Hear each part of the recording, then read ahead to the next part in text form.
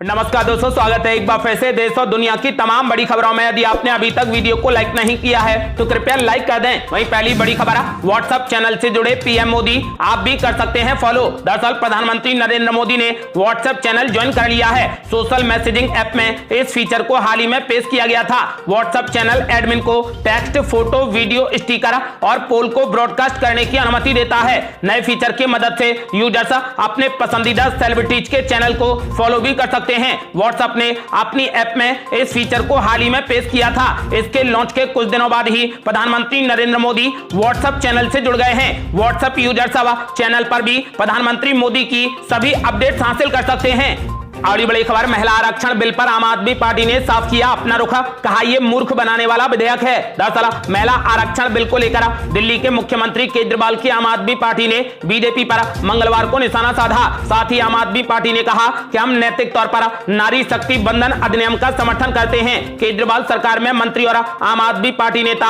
आतिशी ने पार्टी की ओर से प्रेस कॉन्फ्रेंस करते हुए कहा कि विधेयक के प्रावधान 2024 में लागू नहीं होंगे। बीजेपी को महिलाओं के कल्याण में कोई दिलचस्पी नहीं है। उन्होंने दावा किया कि यह महिला आरक्षण विधेयक नहीं बल्कि महिलाओं को मूर्ख बनाने वाला बिल है।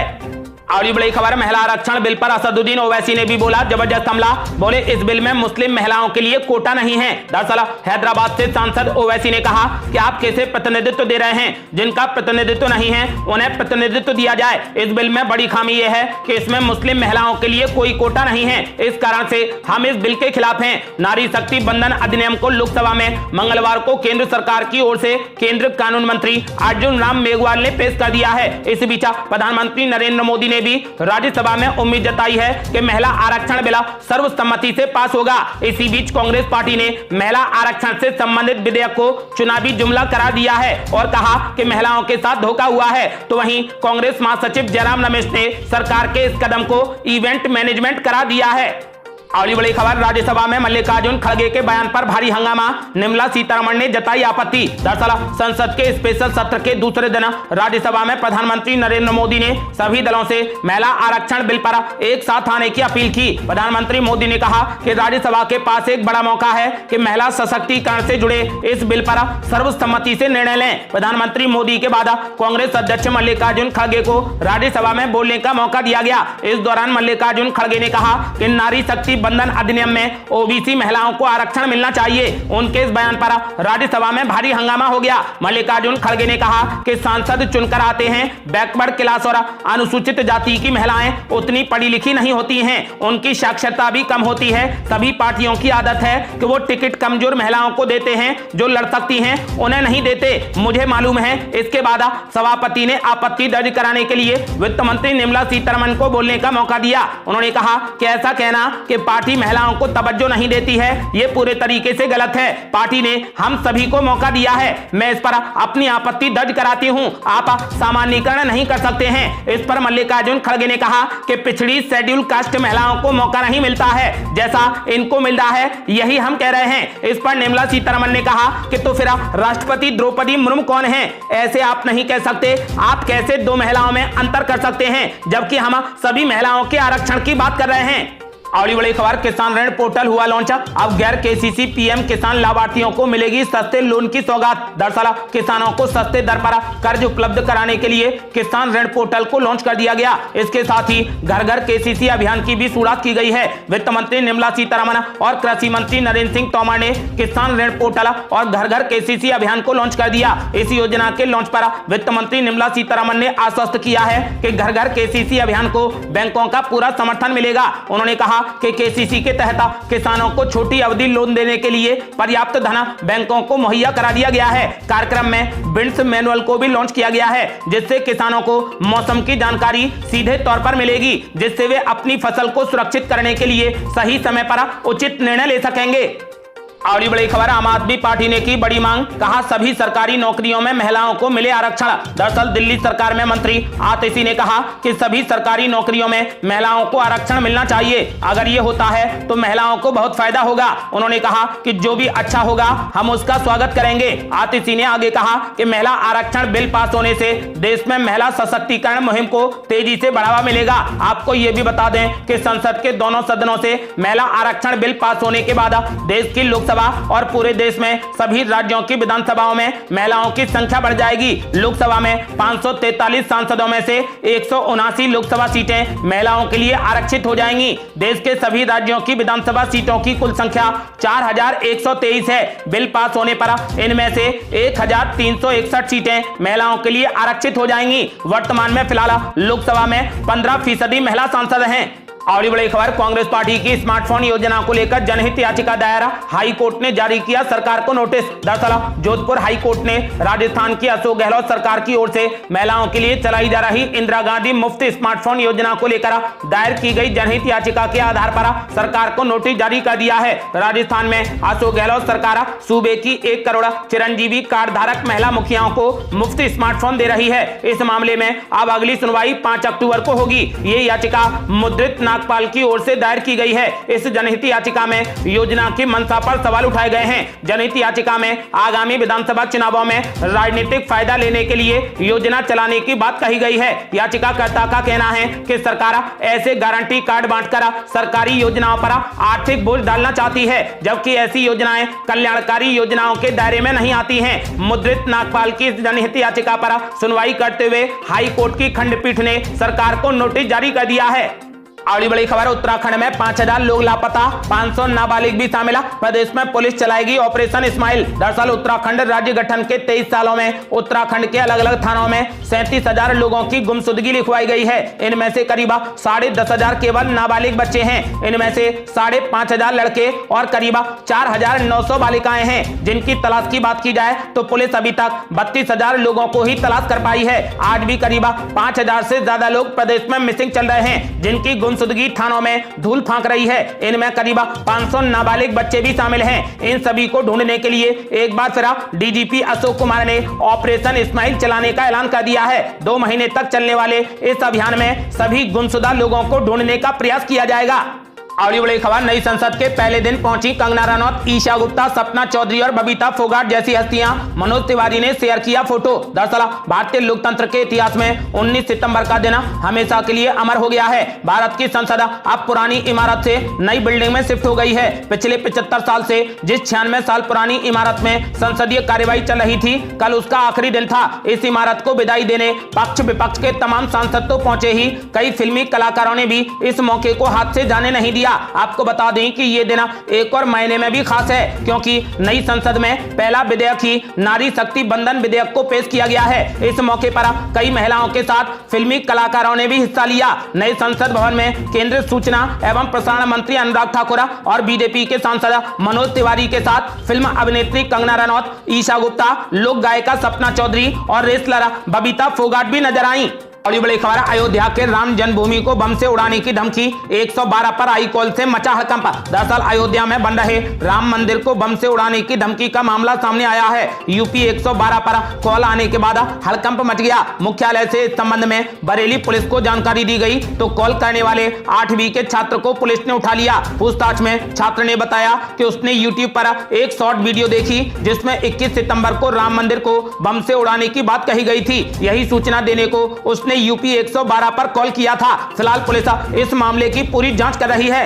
अगली बड़ी खबर, प्रधानमंत्री रोजगार योजना के तहत सस्ता लोन देने के नाम पर हो रही ठगी, फर्जी कॉल सेंटर का पर्दाफाश, 7 लड़कियां की गई गिरफ्तार। दरअसल दिल्ली के आदर्श नगर पुलिस ने प्रधानमंत्री रोजगार योजना के नाम पर सस्ता लोन देने के नाम पर ठगी करने वाले कॉल सेंटर का भंडाफोड़ किया है। पुलिस ने कॉल सेंटर में काम करने वाली 7 लड़कियों को गिरफ्तार किया है। हालांकि अभी भी गिरोह का सरगना फरार चल रहा है। अगली बड़ी खबर, बिहार में जानलेवा हुआ डेंगू, भागलपुर में एक की मौत, 24 घंटे में मिले रिकॉर्ड 294 मरीज। दरअसल बिहार में एक दिन में रिकॉर्ड डेंगू के 294 मरीज मिले हैं। इसके साथ ही इस महीने राज्य में 2491 डेंगू के मरीज मिले हैं, जबकि इस साल अब तक 2766 डेंगू के मरीज मिल चुके हैं। इस बीच भागलपुर के मायागंज अस्पताल में डेंगू से पीड़ित एक मरीज की इलाज के दौरान मौत हो गई। स्वास्थ्य विभाग के अनुसार पटना में सबसे अधिक 105 मरीज मिले हैं। इसके बाद जमुई में 22, भागलपुर में 19, औरंगाबाद में 16 और सारण में 15 मरीज मिले हैं। अगली बड़ी खबर, बिहार में शिक्षा सेवक और विकास मित्रों का मानदेय लगभग हुआ दोगुना, सैप का भी पैसा बढ़ा, नीतीश कैबिनेट ने लिए बड़े फैसले। दरअसल मुख्यमंत्री नीतीश कुमार की अध्यक्षता में मंगलवार को कैबिनेट की बैठक हुई। इस बैठक में कैबिनेट ने 45 प्रस्तावों पर मुहर लगा दी। कैबिनेट के एक अहम फैसले के अनुसार सैप, विकास मित्र और शिक्षा सेवक के मौजूदा मानदेय में बढ़ोतरी कर दी गई है। विकास मित्र व शिक्षा सेवक और शिक्षा सेवक तालीमी मरकज के मानदेय में अब हर वर्ष 5% की बढ़ोतरी होगी। ये लाभ हर वर्ष 1 जुलाई से लागू होगा। विकास मित्र का बड़ा मानदेय 1 सितंबर से, जबकि शिक्षा सेवक और शिक्षा सेवक तालीमी मरकज के मानदेय में अक्टूबर से बढ़ोतरी होगी। अगली बड़ी खबर, आज कुर्मी संगठन करेंगे अनिश्चितकालीन रेल रोको आंदोलन, रेलवे ने रद्द कर दी 9 ट्रेनें और 8 का बदला रास्ता। दरअसल झारखंड में कई कुर्मी संगठनों ने बुधवार को अनिश्चितकालीन रेल नाकेबंदी का आह्वान किया है। इसके मद्देनजर दक्षिण पूर्व रेलवे के रांची रेलवे डिवीजन की 9 एक्सप्रेस ट्रेनें रद्द कर दी गई हैं और 8 अन्य का मार्ग बदल दिया गया है। कुर्मी संगठनों ने समुदाय के लिए अनुसूचित जनजाति यानी ST का दर्जा और कुरमाली भाषा को संविधान की 8वीं अनुसूची में शामिल करने की अपनी मांग को लेकर दबाव बनाने के लिए 20 सितंबर से झारखंड, पश्चिम बंगाल और उड़ीसा के 9 रेलवे स्टेशनों पर अनिश्चितकालीन रेल नाकेबंदी का आह्वान किया है। आपको बता दें कि आज से ये संगठन अनिश्चितकालीन रेल रोको आंदोलन करेंगे।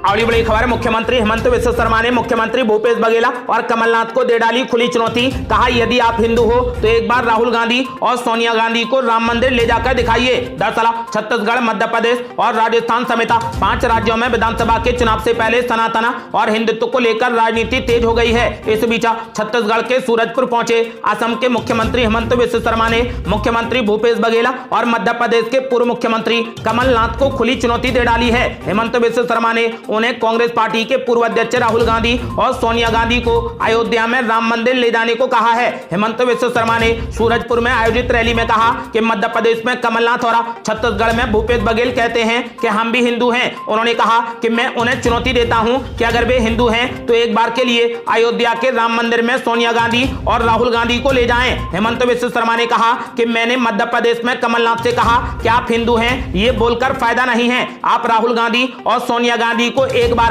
अयोध्या में रामलला का दर्शन करने के लिए ले जाइए। अगर वो लोग रामलला के पास जाते हैं तो मैं मान लूंगा कि आप लोग हिंदू हैं, लेकिन वो जाएंगे नहीं। वो जमीन बाबर को देकर रखे हैं। एक मोदी जी का इंतजार था, बाबर को हमने लात मारकर हटा दिया और राम मंदिर बनाने का काम शुरू हुआ। वो जमीन राम की ही थी, कभी बाबर की नहीं थी। बाबर आक्रांता था। उन्होंने कहा कि आज राम मंदिर बनने का काम 1 साल से चल रहा है। आपने कभी सुना है कि राहुल गांधी ने रामलला का दर्शन किया है? कभी नहीं सुना होगा। वो नहीं जाएंगे, दूसरे मंदिर में जाएंगे, लेकिन रामलला के पास नहीं जाएंगे, क्योंकि ऐसा करने से बाबर के लोग नाराज हो जाएंगे। अगली बड़ी खबर, सरकारी स्कूलों के छात्रों को शिवराज सिंह चौहान ने दे दिया बड़ा तोहफा। अब मेडिकल दाखिले में मिलेगा 5% का कोटा। दरअसल मध्य प्रदेश के मुख्यमंत्री शिवराज सिंह चौहान ने सरकारी स्कूलों के छात्रों को बड़ी सौगात दे दी है। मुख्यमंत्री ने कहा कि नीट के जरिए मेडिकल कॉलेजों में दाखिला होने के कारण सरकारी स्कूलों के बच्चे डॉक्टर नहीं बन पा रहे हैं। इस पर गौर करते हुए देश में पहली बार मध्य प्रदेश की सरकार ने फैसला किया है कि इस साल से सरकारी स्कूलों के विद्यार्थियों को मेडिकल स्नातक पाठ्यक्रम यानी MBBS, BDS आदि में दाखिले के लिए 5% आरक्षण दिया जाएगा। मुख्यमंत्री के ऐलान से साफ हो गया है कि सूबे में मेडिकल की 5% सीटों पर केवल सरकारी स्कूल के बच्चों को ही दाखिला मिलेगा। अगली बड़ी खबर, सोशल मीडिया पर लग सकता है प्रतिबंध, हाई कोर्ट ने की बड़ी टिप्पणी। कहा, सोशल मीडिया के इस्तेमाल के लिए उम्र सीमा तय होनी चाहिए। दरअसल कर्नाटक हाई कोर्ट ने मंगलवार को सोशल मीडिया के इस्तेमाल को लेकर अहम टिप्पणी की है। कोर्ट ने कहा कि अगर शराब पीने के लिए निर्धारित कानूनी उम्र हो सकती है तो उसी तरह सोशल मीडिया का इस्तेमाल करने के लिए भी उम्र सीमा तय की जा सकती है। जस्टिस जी नरेंद्र और न्यायमूर्ति विजय कुमार ए पाटिल की खंडपीठ ने 30 जून के एकल न्यायाधीश के आदेश को चुनौती देने वाली ट्विटर की अपील पर सुनवाई करते हुए यह टिप्पणी की है। आपको बता दें कि जस्टिस जी नरेंद्र ने कहा कि सोशल मीडिया पर प्रतिबंध लगाए जाएं। मैं आपको बताऊंगा कि बहुत कुछ अच्छा होगा। आज के स्कूल जाने वाले बच्चे इसके आदी हो गए हैं। मुझे लगता है कि आबकारी नियमों की तरह इसकी भी एक उम्र सीमा तय होनी चाहिए। अगली बड़ी खबर है, हिमाचल में फिर से आफत वाली बारिश, ऊना में भारी नुकसान, उफान पर सोमभद्रा, अलर्ट किया गया जारी। दरअसल हिमाचल प्रदेश के कई हिस्सों में मंगलवार को झमाझम बारिश दर्ज की गई। समाचार एजेंसी वार्ता की रिपोर्ट के मुताबिक सूबे के ऊना जिले के गगरेट और अंब उपमंडलों में मध्य रात्रि से ही मूसलाधार बारिश ने जमकर कहर बरपाया है। इससे इन दोनों उपमंडलों के शहरी और ग्रामीण इलाकों में पानी भर गया है। भारी बारिश से कई सड़कों और पुलों को भी नुकसान पहुंचा है। इस बारिश में लाखों रुपयों की संपत्ति बर्बाद हो गई। वहीं मौसम विभाग की चेतावनी ने भी लोगों की चिंताएं बढ़ा दी हैं। आपको बता दें कि भारी बारिश के कारण सोमभद्रा नदी उफान पर है। वहीं आईएमडी ने फिर से तेज बारिश की चेतावनी जारी की है। अगली बड़ी खबर, मेजर कर्नल और डीएसपी की शहादत का बदला पूरा, अनंतनाग में मारा गया इनामी आतंकी उजैर खान। दरअसल मेजर कर्नल और डीएसपी की शहादत का बदला पूरा हो चुका है। सुरक्षा बलों के साथ मुठभेड़ में लश्कर कमांडर उजैर खान मारा गया है। सेना को एक और आतंकवादी का शव मिला है। कश्मीरी एडीजीपी विजय कुमार ने मंगलवार को इस बात की जानकारी दी। आतंकी उजैर खान पर 10 लाख का इनाम घोषित था। उजैर के खात्मे के साथ ही एक सप्ताह से चली आ रही अनंतनाग मुठभेड़ खत्म हो गई है। अगली बड़ी खबर, मुख्यमंत्री शिवराज सिंह चौहान ने कांग्रेस पार्टी पर लगाया गंभीर आरोप, कहा मध्य प्रदेश में बैन हो जाएगा भजन और रामायण का पाठ, कांग्रेस पार्टी आते ही कर देगी बैन। दरअसल मध्य प्रदेश के मुख्यमंत्री शिवराज सिंह चौहान ने कांग्रेस पार्टी पर हमला बोलते हुए कहा कि पार्टी अगर सत्ता में आई तो महिलाओं के लिए चूड़ी पहनना और बिंदी लगाना मुश्किल हो जाएगा। उन्होंने कांग्रेस नेताओं से सनातन धर्म पर जारी विवाद को लेकर जवाब देने को कहा है। शिवराज सिंह चौहान ने कहा कि कांग्रेस पार्टी ने गठबंधन बनाया और उसका नाम इंडिया रखा। उनमें से एक ने सनातन धर्म का अपमान किया और कहा कि सनातन धर्म डेंगू और मलेरिया की तरह है, इसे खत्म किया जाना चाहिए। शिवराज सिंह चौहान ने कहा कि कांग्रेस द्वारा उसके गठबंधन ने सनातन धर्म का अपमान किया है जिसका कोई प्रारंभ या अंत नहीं है। मुख्यमंत्री ने उपस्थित जनसमूह से पूछा कि क्या आप सनातन धर्म का यह अपमान बर्दाश्त करेंगे? वे हमारे धर्म पर हमला कर रहे हैं। मेरी बहनों को याद रखना चाहिए कि अगर कांग्रेस पार्टी सत्ता में आई तो वे बिंदी और चूड़ियां पहनना कठिन बना देंगे। भजन, रामायण पाठ, गीता और गणेश उत्सव पर रोक रहेगी। ये कैसा गठबंधन है? मैडम सोनिया गांधी, आपको इस पर जवाब देना चाहिए। उन्होंने कहा कि क्या आप सनातन धर्म को खत्म कर देंगे? राहुल गांधी को जवाब देना चाहिए। आम लोगों को समझना चाहिए और कांग्रेस को जड़ से उखाड़ फेंकना चाहिए, क्योंकि हम किसी को भी सनातन धर्म का अपमान करने की अनुमति नहीं देंगे। अगली बड़ी खबर, महिला आरक्षण बिल पर कांग्रेस पार्टी ने केंद्र सरकार पर किया हमला तो गृह मंत्री अमित शाह बोले अफसोस है कि वे इसे पचा नहीं पा रहे। दरअसल नई संसद भवन में केंद्र सरकार ने लोकसभा में महिला आरक्षण बिल पेश किया। केंद्र सरकार के इस कदम पर अब चुनावी घमासान मच गया है। कांग्रेस पार्टी ने बिल को महिलाओं की उम्मीदों के साथ बड़ा धोखा करार दिया। महिला आरक्षण बिल जनगणना और परिसीमन प्रक्रिया के बाद ही प्रभावी होगा। कांग्रेस अध्यक्ष मल्लिकार्जुन खड़गे का कहना है कि उनकी पार्टी ने हमेशा महिला आरक्षण बिल का समर्थन किया है। मल्लिकार्जुन खड़गे ने कहा कि 2010 में कांग्रेस यूपीए सरकार ने महिला आरक्षण बिल राज्यसभा में पास कराया था। आपको बता दें कि मल्लिकार्जुन खड़गे के अलावा कांग्रेस महासचिव जयराम रमेश ने कहा कि प्रधानमंत्री को आगामी राज्य चुनावों में निश्चित हार का सामना करना पड़ेगा। वे अपने पैरों तले धरती खिसकने के कारण तिनकों का सहारा ले रहे हैं। कांग्रेस नेता पी चिदंबरम ने भी बिल को लेकर सरकार पर कटाक्ष किया है। उन्होंने कहा कि लोकसभा में पेश किया गया महिला आरक्षण बिल भाजपा की भ्रामक राजनीति का विशिष्ट उदाहरण है। भाजपा ने मंगलवार को आरोप लगाया कि कांग्रेस लोकसभा और राज्य विधानसभाओं में महिलाओं को आरक्षण देने के लिए गंभीर नहीं है। केंद्रीय गृह मंत्री अमित शाह ने कहा कि लोकसभा में विधेयक का पेश किया जाना नरेंद्र मोदी सरकार की अटूट प्रतिबद्धता को दर्शाता है। अमित शाह ने कहा कि अफसोस की बात है कि विपक्ष इस बात को पचा नहीं पा रहा। दिखावे के अलावा कांग्रेस कभी भी महिला आरक्षण को लेकर गंभीर नहीं रही है। अगली बड़ी खबर, महिला आरक्षण बिल पर संजय सिंह ने बोला जबरदस्त हमला, बताया मोदी सरकार का नया जुमला। दरअसल संजय सिंह ने कहा कि मोदी सरकार को अगर महिलाओं की चिंता है तो इसे 2024 में लागू कर देना चाहिए। आम आदमी पार्टी नेता ने कहा कि ये महिला आरक्षण बिल नहीं बल्कि महिला बेवकूफ बनाओ बिल है। मोदी सरकार का नया जुमला है। ये बिल 2029 के बाद भी लागू नहीं होगा। उन्होंने कहा कि अगर मोदी जी की नीयत बिल्कुल साफ है तो 2024 में इसे लागू करें, वरना देश की महिलाओं को धोखा देना बंद करें। ये थी अब तक की बेहद बड़ी खबरें। रोजाना की ताजा खबरों को जानने और हमसे जुड़ने के लिए चैनल को लाल बटन दबाकर सब्सक्राइब करें और घंटी बटन भी दबा दें। जल्दी मिलते हैं बड़ी अपडेट के साथ, तब तक के लिए जय हिंद, जय भारत।